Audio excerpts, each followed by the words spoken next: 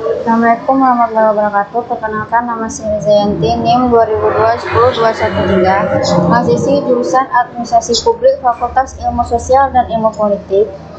Saya akan mempresentasikan tugas untuk mata kuliah Manajemen Pelayanan Publik dengan dosen pengampu Ibu Risma Dewi, SOS MSP, dengan judul Karakteristik Barang dan Jasa Publik. Pelayanan barang dan jasa.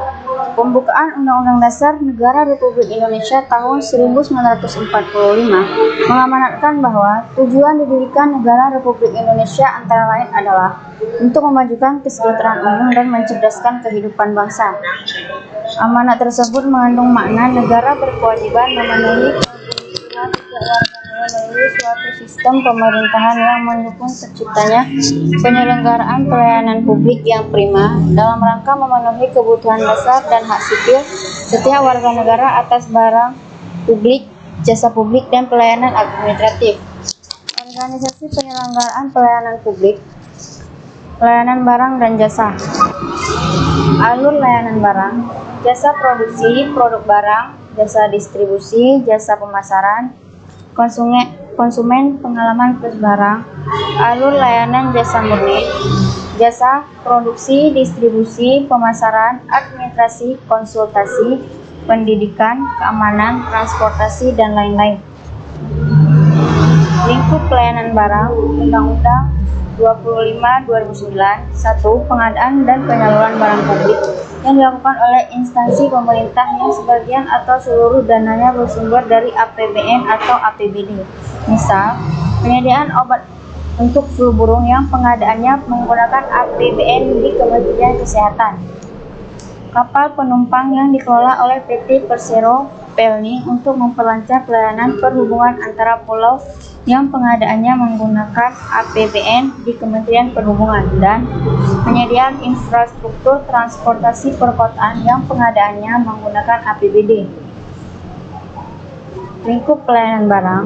2. Pengadaan dan penyaluran barang publik yang dilakukan oleh suatu badan usaha yang modal pendiriannya sebagian untuk atau seluruhnya bersumber dari kekayaan negara atau kekayaan daerah yang dipisahkan. Misal, produk listrik hasil pengelolaan PT Persero atau PLN, dan air bersih hasil pengelolaan perusahaan daerah air minum. 3. Pengadaan dan penyaluran barang publik yang pembiayaannya tidak bersumber dari APBN atau APBD atau BU yang modal pendiriannya sebagian atau seluruhnya bersumber dari kekayaan negara atau kekayaan daerah yang dipisahkan, tetapi ketersediaannya menjadi misi negara yang ditetapkan dalam peraturan perundang-undangan. Misi negara atas kebijakan untuk mengatasi permasalahan tertentu, kegiatan tertentu, atau mencapai tujuan tertentu yang berkenaan dengan kepentingan dan manfaat orang banyak. Sebagai contoh, misal, kebijakan menugaskan PT Persero Pertamina dalam menyalurkan bahan bakar minyak jenis premium dengan harga yang sama untuk eceran di seluruh Indonesia. Kebijakan memberikan subsidi agar harga pupuk dijual lebih murah guna mendorong petani berproduksi, dan kebijakan pengadaan tabung gas 3 kg untuk kelompok masyarakat tertentu dalam rangka konversi minyak tanah ke gas. Lingkup pelayanan jasa. 1. Penyediaan jasa publik oleh instansi pemerintah yang sebagian atau seluruh dananya bersumber dari APBN dan APBD. Contoh antara lain, pelayanan kesehatan, rumah sakit dan puskesmas, pelayanan pendidikan, sekolah dasar, sekolah menengah pertama, sekolah menengah atas, dan perguruan tinggi, pelayanan navigasi laut, mercusuar dan lampu suar, pelayanan peradilan, pelayanan kelalu-lintasan, rambu lalu lintas, pelayanan keamanan, jasa kepolisian, dan pelayanan pasar.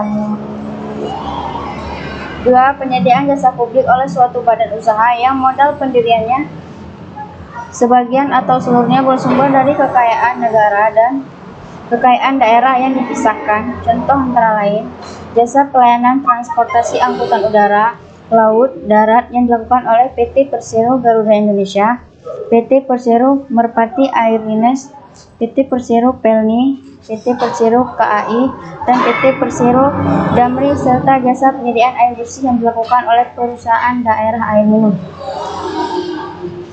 3. Penyediaan jasa publik yang pembiayaannya tidak bersumber dari APBN atau APBD atau BU yang modal pendiriannya sebagian atau seluruh dari kekayaan negara atau kekayaan daerah yang dipisahkan, tetapi ketersediaannya menjadi misi negara yang ditetapkan dalam peraturan perundang-undang.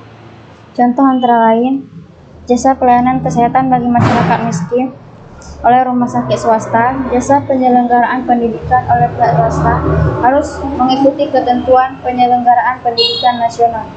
Jasa pelayanan angkutan bus antar kota atau dalam kota, rute dan tarifnya ditentukan oleh pemerintah.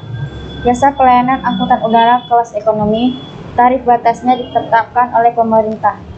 Jasa pendirian panti sosial dan jasa pelayanan keamanan non-kepolisian atau instansi resmi pemerintah. Karakteristik produk barang dan jasa pelayanan. Produk barang, konsumen mendapatkan atau memiliki objek benda berwujud tangible. Tujuan pembuatan barang adalah keseragaman, semua barang adalah sama. Jasa pelayanan, konsumen memiliki kenangan, objek intangible, pengalaman atau memori tersebut tidak bisa dijual atau diberikan kepada orang lain. Tujuan penyelenggaraan pelayanan adalah keunikan setiap konsumen dan setiap kontak adalah spesial, tak terulang.